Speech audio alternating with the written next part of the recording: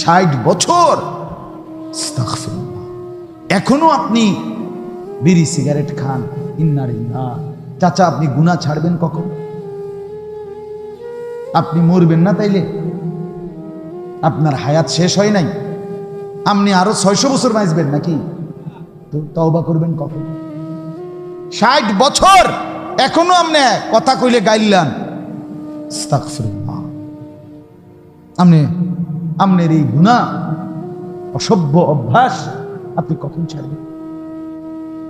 70 বছরের বুড়া মানুষ আমনে সাদওয়ানে টেলিভিশন সান কোন শরম? আপনি মরতেন না? বলেন উনি কি কবরে যাবে না? তো এই চাচা, এই বয়স্ক মানুষটা তো কথা ছিল 24 ঘন্টা আল্লাহর জিকিরে পড়ে থাকে, আল্লাহর ইবাদতে পড়ে থাকা। কি করতাম? কোনো কাম নাই মানে কি? আখিরাত নাই। হ্যাঁ, কাম নাই মানে কি? আখিরাত নাই। মুমিনের আবার কাম থাকে না কেমনে? মুসলমানের কাম থাকে না কেমনে? 5 ওয়াক্ত নামাজ আমাদের এই পুরা রাসূলুল্লাহ সাল্লাল্লাহু আলাইহি ওয়াসাল্লামের 23 বছরের ইসলাম শুধু 5 ওয়াক্ত নামাজের নাম। কথা বলেন না? এটা ইসলামের একটি গুরুত্বপূর্ণ ইবাদত। কিন্তু ইসলাম মানে শুধু নামাজ, নামাজ মানে শুধু ইসলাম, আর কিছু নাই। তো সেগুলো কখন করবেন? সাহাবী জিজ্ঞেস করছে নবীজিকে, ইন্না শারাইআল ইসলাম قد كثرت علي فمرني بشيء اتشبث به। হাদিস। একজন সাহাবী নবীজিকে জিজ্ঞেস করলে, ওই বাবা, ওই কথা বলবা না বেটা, বাইরে দাও, এতক্ষণ সুন্দর করে বলছি শোনো নাই? তুমি কি ভাবছো শান্তির দেশের হুজুর আইছে না? ফাজিল মানুষকে বলতে আমি রাজি না, গাফেলকে বলতে রাজি না। না শুনলে তুমি উঠো মিয়া। একজন শুনলে একজনই শুনবে, কোনো অসুবিধা কি? কথা বলেন না? একজন শুনলে অসুবিধা কি? রাসূলুল্লাহ সাল্লাল্লাহু আলাইহি ওয়াসাল্লাম একজনের কাছে কালেমার দাওয়াত দিছে না, তো অসুবিধা কি?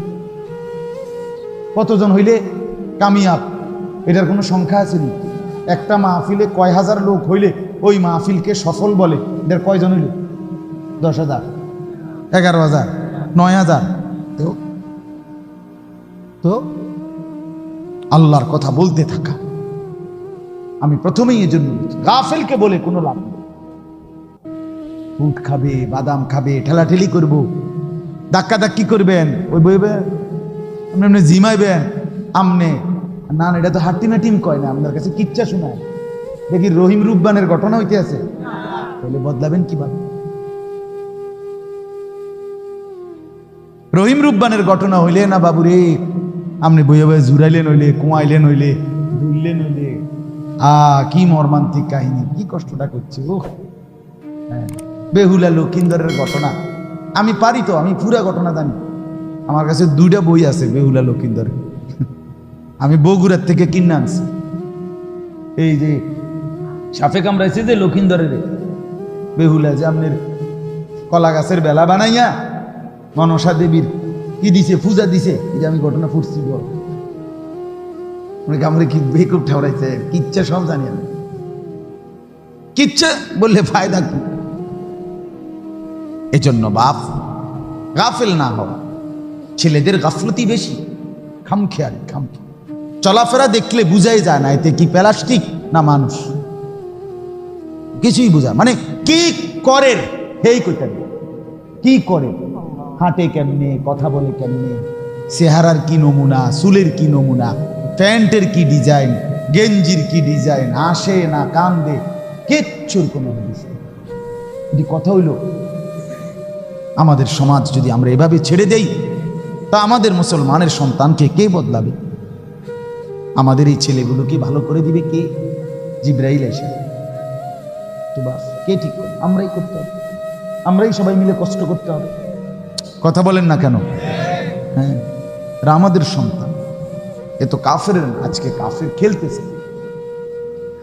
বেঈমান মুসলমানের ছেলেকে নিয়ে যাবতীয় আইটেম তাদের নষ্টামির মুসলমানের ছেলের দিয়া পরীক্ষা করে।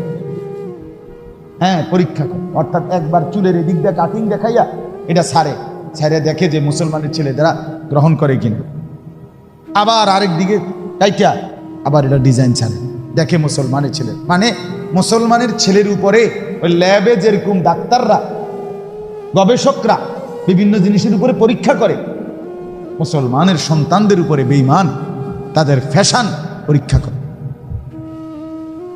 মুসলমানের মহিলা গিয়া বাজারে বলে নতুন আইছে কি, মুসলমানের ছেলে বাজারে গিয়া বলে নতুন কি আসছে। নতুন আসবে কি তাই? মানে ইসলাম তো পুরাতন, এখানে কিছু নাই। নাউযুবিল্লাহ। এই জন্য আমি বলতেছিলাম, এই কথাটাই বললাম আপনাদের কাছে, খামখেয়ালি জিন্দিগি, হায়া শরম অনেক বড় নিয়ামত, খামখেয়ালি জিন্দিগি অনেক বড় লানত। কথা বুঝছেন? আল্লাহ কোরআনুল কারীমে বলছে, বান্দা তুমি যদি আমাকে ভুলে যাও, ও চিরেই তোমার অবস্থা এমন বানিয়ে দেব, একদিন তুমি তোমাকেই ভুলে। এটা কোরআনের আয়াত। ওয়ালা তাকুনু কাল্লাযীনা নাসুল্লাহ ফাআনসাহুম আনফুসাহুম উলাইকা হুমুল ফাসিকুন। রব্বুল আলামিন বলেন, হে ঈমানদার, আমি আল্লাহকে তুমি ভুলে যেও না। যদি বারবার ভুলে যাও, একদিন সত্যি সত্যি আমি আল্লাহ তোমাকে তোমার থেকে ভুলিয়ে দেব। তাফসীরের মধ্যে আমার শায়েখ বলেন, আল্লামা মুফতি মুশতাকুন নবী হযরত বলেন যে ফাআনসাহুম মাসালিহাহুম, কিসে তার কল্যাণ, কিসে তার মুক্তি, কোন বস্তুর মধ্যে তার ভালো, কিসের মধ্যে তার মঙ্গল, আল্লাহ বলেন এটাই সে ভুলে যাবে, এটাই ভুলে যাবে। নামাজ পড়ে না, এতে যে তার জাহান্নাম, এটাই তার মনে নাই। নারীর পিছনে পড়ে আছে, এটাই যে তার বরবাদি, এটাই বোঝে নাই। 1 বছর কোনোদিন ফজরের নামাজে একদিনও সেজদা দিল না, এটা যে তার জাহান্নামে যাওয়ার কারণ, এটাই মনে নাই।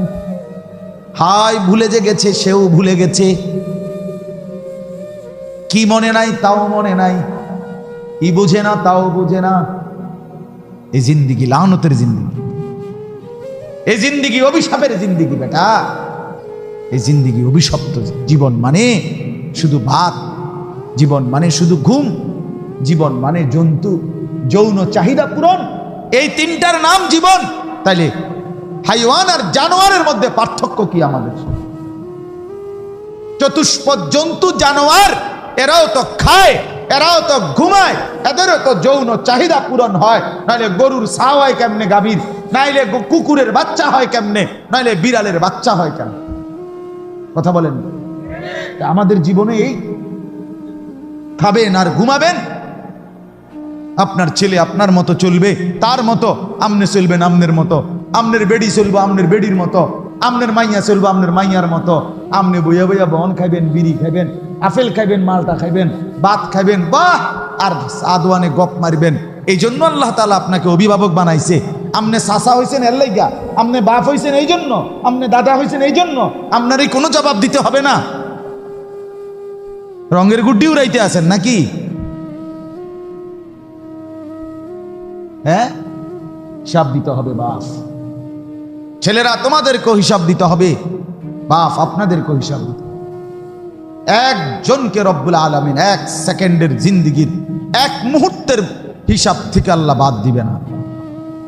ওয়াউরিদু আলা রাব্বিকা সাফফা, রব্বুল আলামিন বলেন হাসরের মাঠে তোমাদের প্রত্যেককে আমি আল্লাহর সামনে সারিবদ্ধভাবে দাঁড় করানো হবে।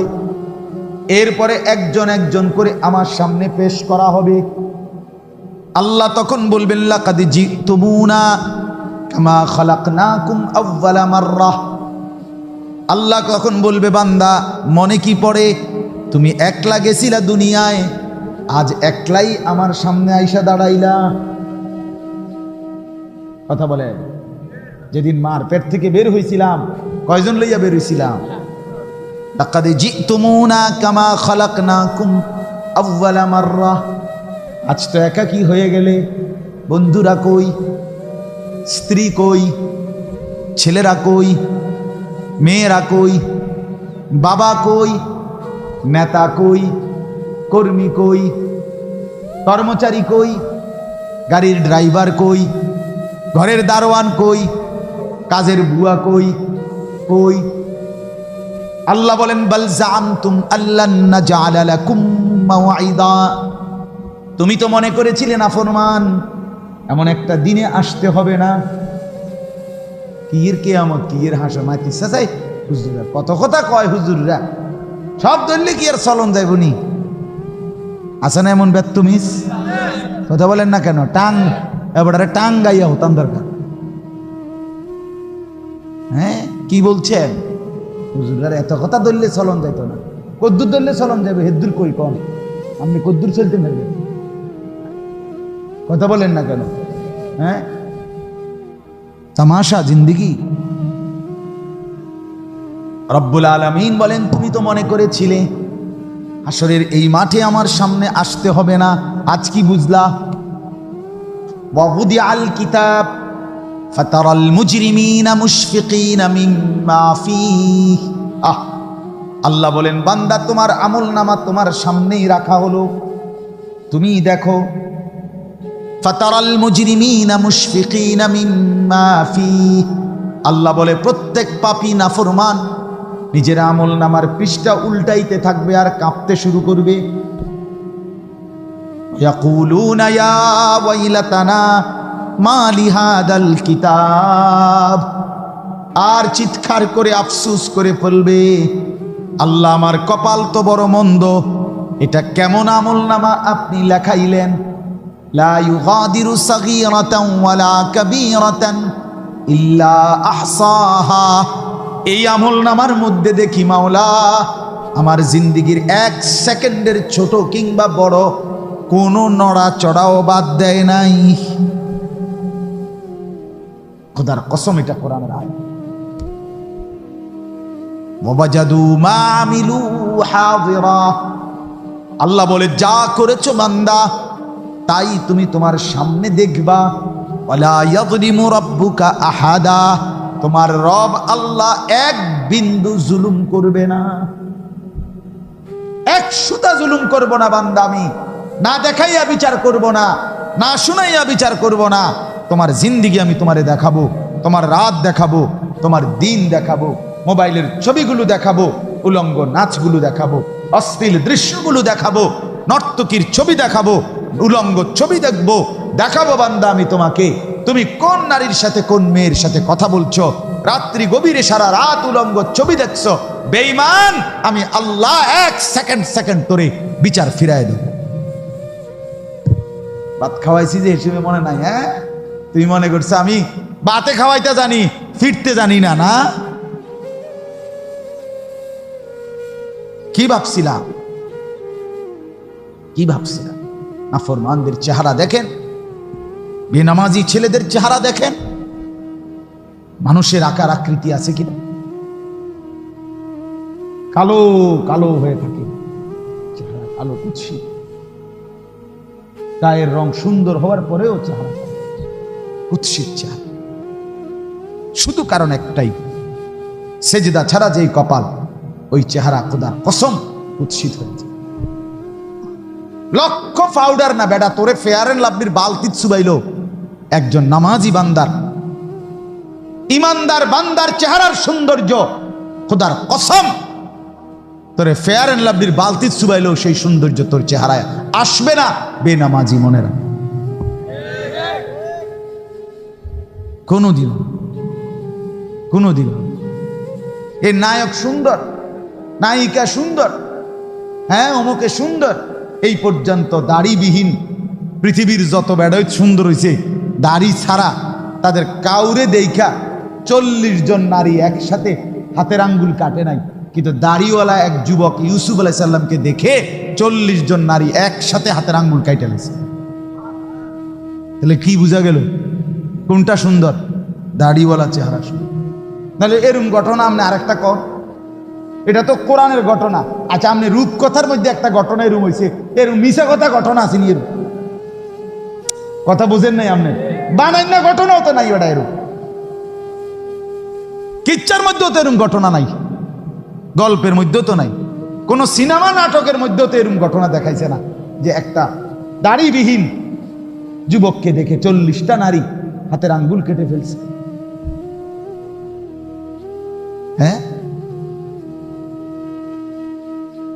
সৌন্দর্য আল্লাহর দ্বীনের মধ্যে, সেজদার মধ্যে, বন্দিগির মধ্যে। আল্লাহ আমাদেরকে বুঝ দান করে। চলে আমি এবার তর্জমা বলি, তাহলে কথা শেষ। ওই ছোট মিয়া, ওটা নামো, ওটা নামো, মোবাইল এটা নামো, ফাজিল নামো। আবার বেটকা শরীরে নাই কিচ্ছু, ওটা মোবাইল তো তোমার বড়।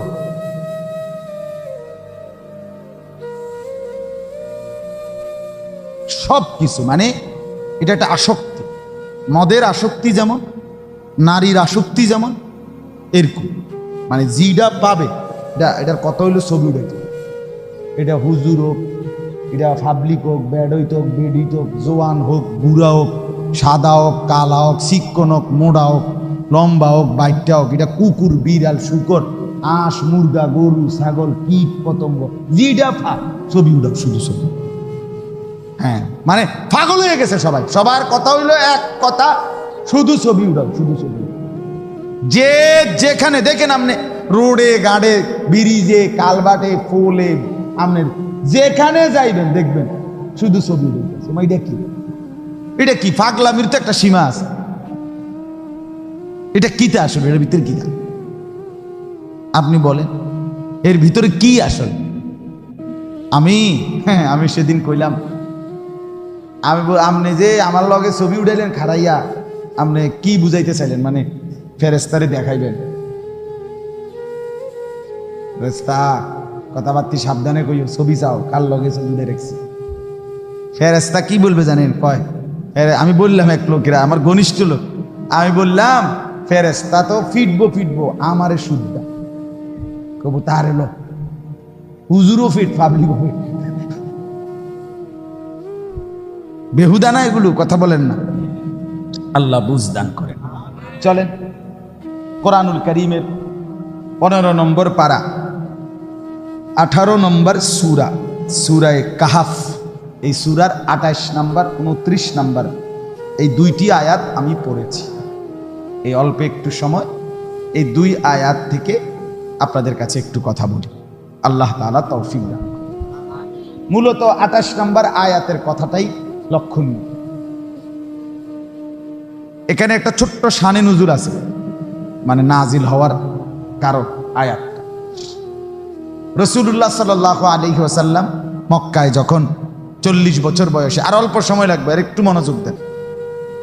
মক্কায় যখন ইসলাম প্রচার শুরু করলেন 40 বছর বয়সে, তখন আল্লাহর নবী সাল্লাল্লাহু আলাইহি সাল্লাম সবাইকে ইসলামের দাওয়াত দিতেন। ধনী গরিব, নেতা সাধারণ মানুষ, প্রত্যেকের কাছেই তিনি কি ইসলামের দাওয়াত পৌঁছায়। তো এর মধ্যে দেখা গেল রাসূলুল্লাহ সাল্লাল্লাহু আলাইহি সাল্লামের কালেমার দাওয়াত প্রথমেই মক্কায় যারা গ্রহণ করেছে তারা অধিকাংশই ছিল দুর্বল সাহাবী, কারো গোলাম, কারো বাগানের কর্মচারী, সাধারণ ওনারা অধিকাংশই এমন। হ্যাঁ, সম্ভ্রান্তও আছে, উচ্চ পদস্থ ব্যক্তিও আছে, ছিল, কিন্তু পরিমাণে কম, আর বেশি হলো দুর্বল সাহাবী। কথা বুঝতেছেন কিনা? সবল যারা, যারা সম্পদশালী, ক্ষমতাশালী, তারা অধিকাংশই ছিল বিরোধিতাকারী। সর্বযুগে সর্বকালে দ্বীনকে গ্রহণ করতে, আল্লাহর দ্বীনের পথে ফিরে আসতে, একেবারে প্রথম জমানা থেকে সর্বযুগে কোরআনের কথা, আল্লাহর কথা এটা, যে যারা দুনিয়ার সম্পদ প্রাচুর্য যাদের বেশি, তারা গ্রহণ করতে চায় কম। দুর্বলরা আলহামদুলিল্লাহ আল্লাহর দ্বীনের দিকে সর্বযুগেই বেশি আসছে, বলেন আলহামদুলিল্লাহ।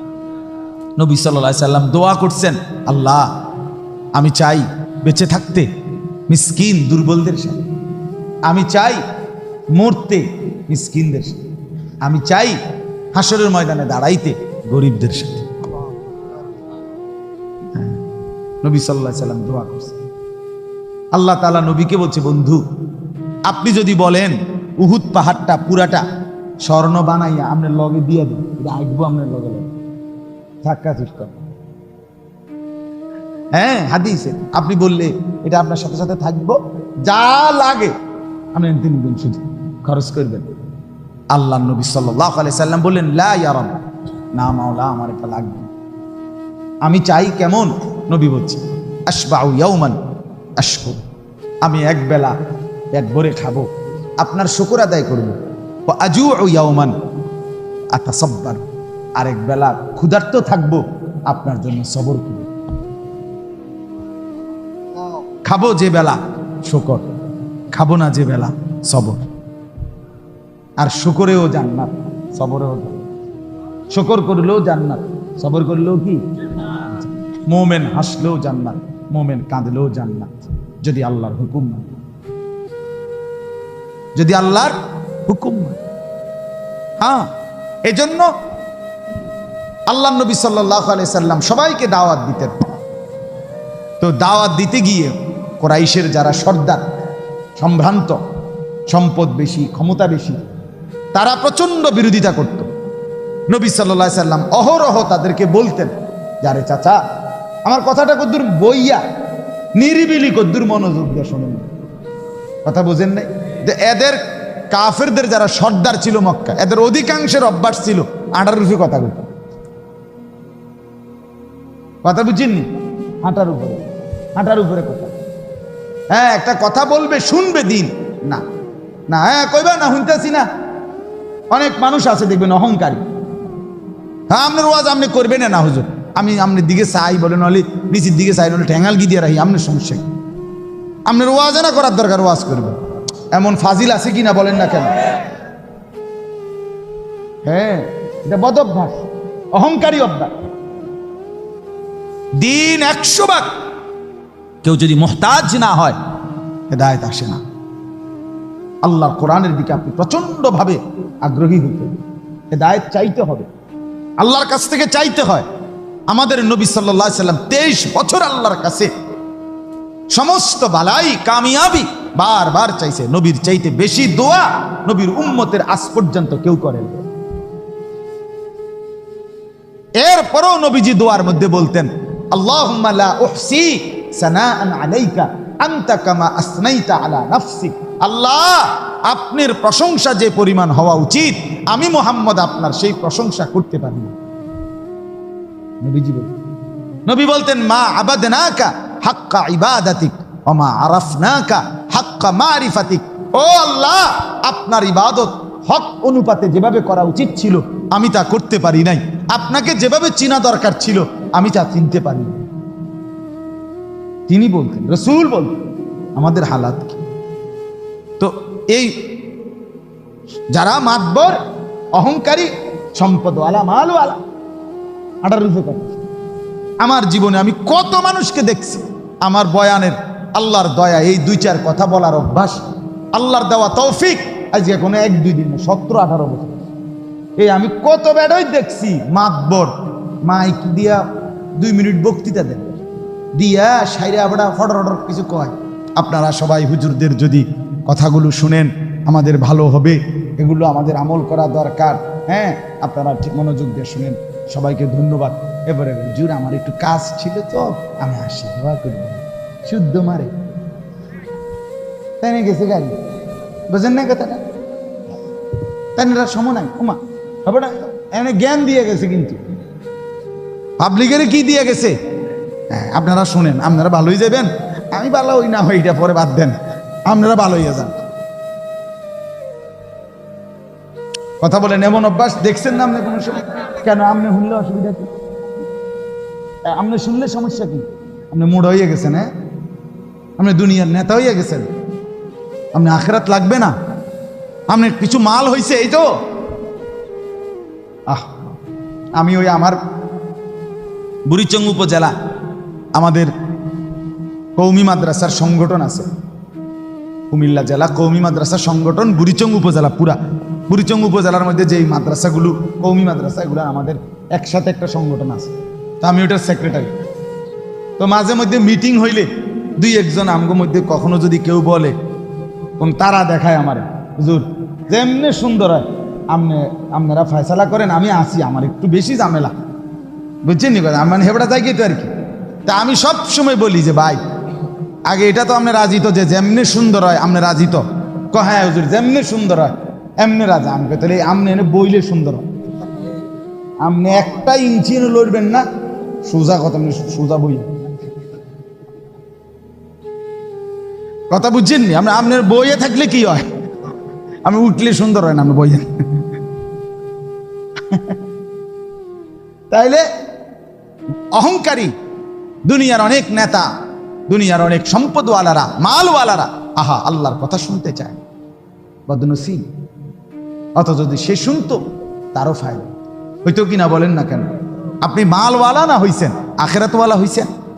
আপনি নেতা না হইছেন, কিন্তু আখেরাত হইছে আপনার, আপনার আখেরাত লাগবে না? আপনার হায়াত কি আবার ফিরে আসবে?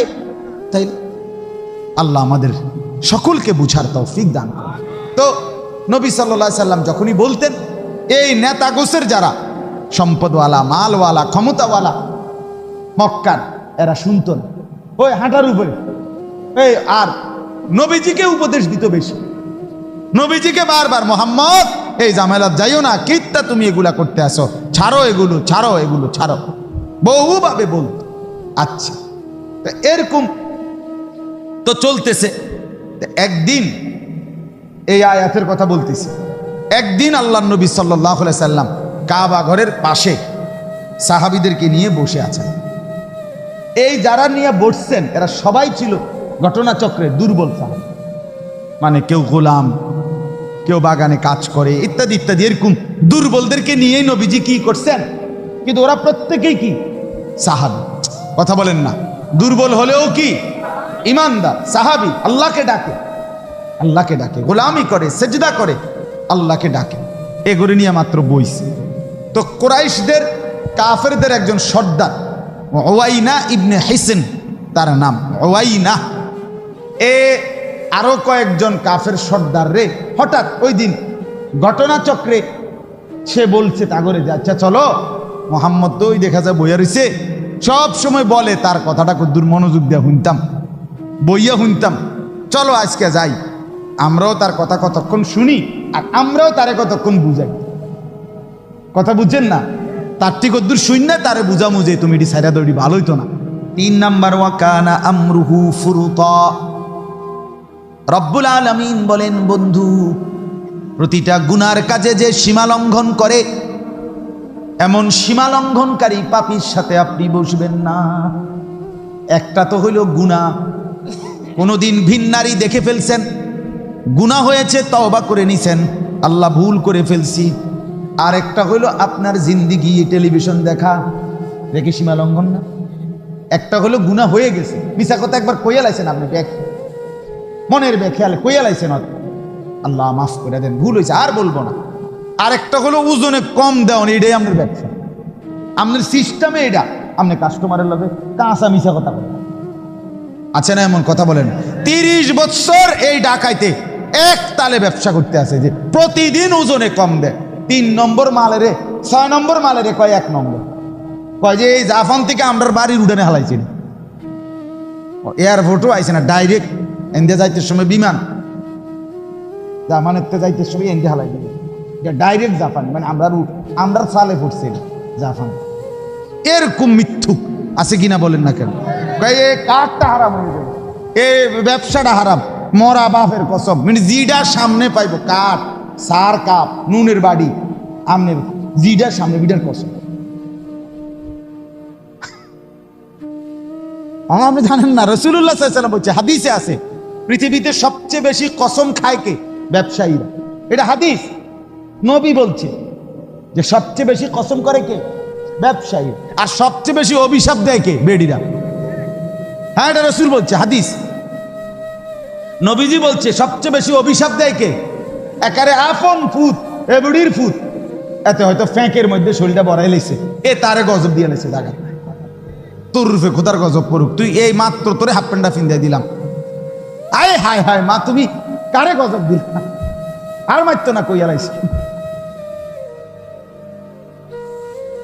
আপন স্বামী তে বেড়ারো অহরহ কি দেয়, গজব দেয়। আছে না এরকম মহিলা? এবেল এবেল এবেল। আপন স্বামী, স্বামীরে কেমনে লাগানো, সন্তানকে কিভাবে লাগানো, স্বামীর মাকে কিভাবে অভিশাপ দেয়। তোমার শাশুড়ি হতে পারে অপছন্দ হয়েছে কোনো আচরণ, তাই বলে তোমার স্বামী সেই শাশুড়ি তোমারে না শাশুড়ি, তোমার স্বামীর তো মা, ঠিক কিনা বলেন না কেন? বেচারার জান্নাত তো তার মায়ের পায়ের নিচে। তুমি যে তারে সরাইয়া লাইলা, তুমি যে তারে আলগা করে লাইলা, এই বেচারা এই ছেলেটাকে, তোমার স্বামীটাকে তো তুমি চিরতরে জাহান্নামের দিকে টিকে দিবে।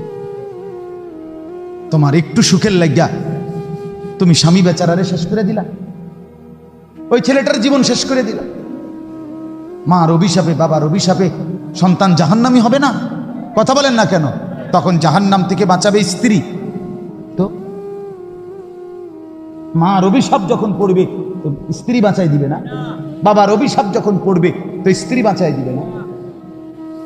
খেয়াল করে ছেলেরা বাবার বলেন, হ্যাঁ স্ত্রীকে স্ত্রীর হক দেন, স্ত্রীকে স্ত্রীর প্রাপ্য দেন, স্ত্রীর উপরে জুলুম করবেন না।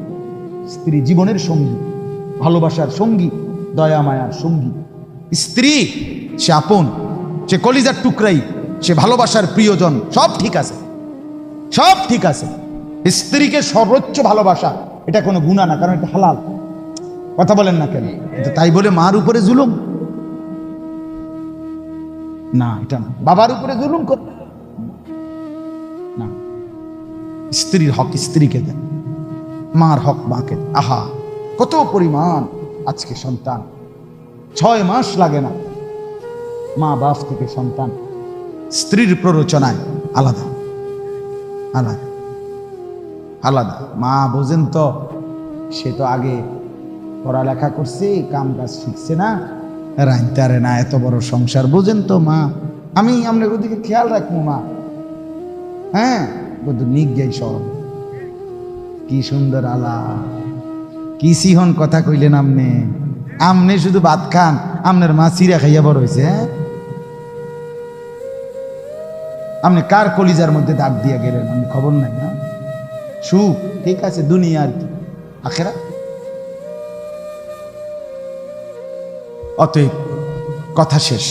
পরের আয়াতের মধ্যে ওয়াকুলিল হাক্কু মির রাব্বিকুম, আল্লাহ বলে বন্ধু আমার পক্ষ থেকে সত্য কথা আমি বলে দিই।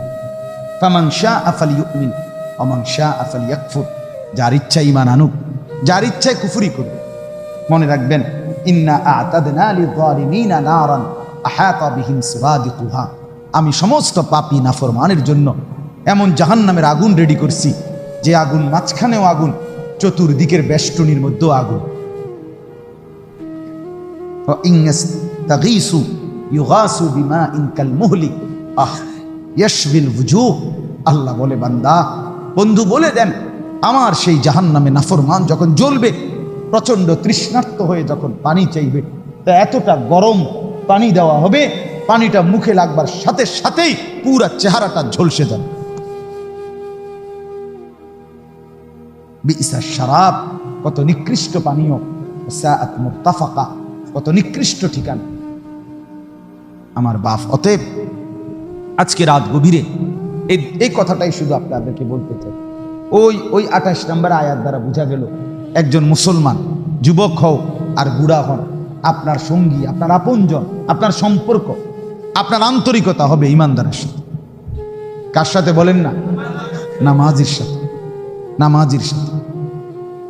কোনো পাপী, কোনো সীমা লঙ্ঘনকারী, কোনো নাফরমান, তার সাথে স্বাভাবিক দুনিয়া চালবার। আমি খরচা কিনছি, খরচা দিছি, আমি গাড়ি তুলছি, গাড়িতে নামছি, আমার লেনদেন দুনিয়া, এটা ঠিক আছে, এটা তো কাফেরের লগেও করা। কথা বলেন, কিন্তু বন্ধুত্ব, উঠা বসা, সম্পর্ক, ফ্রেন্ড, আন্তরিকতা, ঘনিষ্ঠতা, এটা যেন কোনো নাফরমানের সাথে না, নাফরমানের সাথে।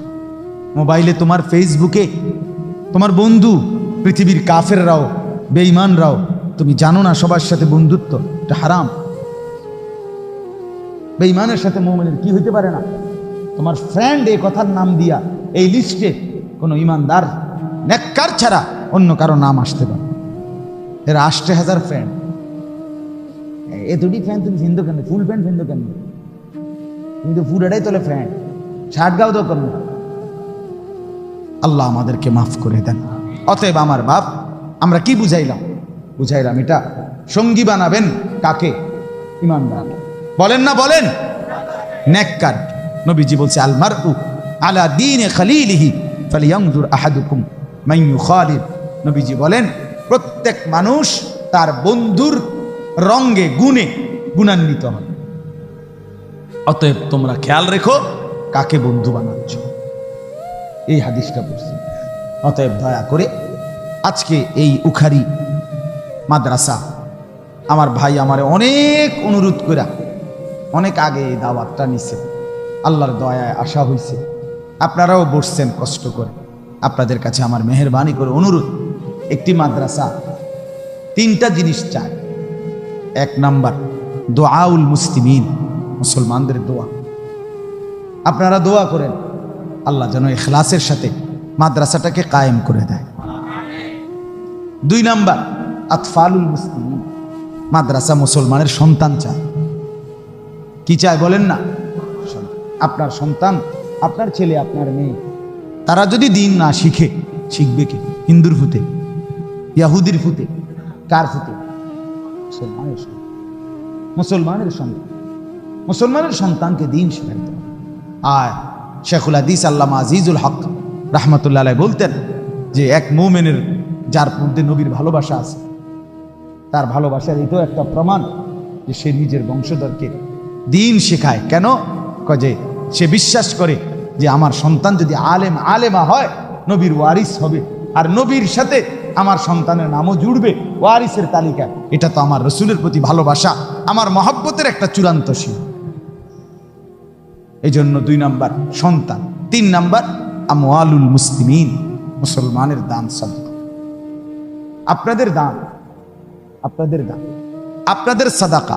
কারণ এখানে দুনিয়ার কাফের বেঈমান, দুনিয়ার মধ্যে যারা গুনার পরিবেশ ছড়ায়, তারা এখানে দিবেন। দিবে কি তারা? সবার নজর মাদ্রাসার মধ্যে কি কি ত্রুটি আছে।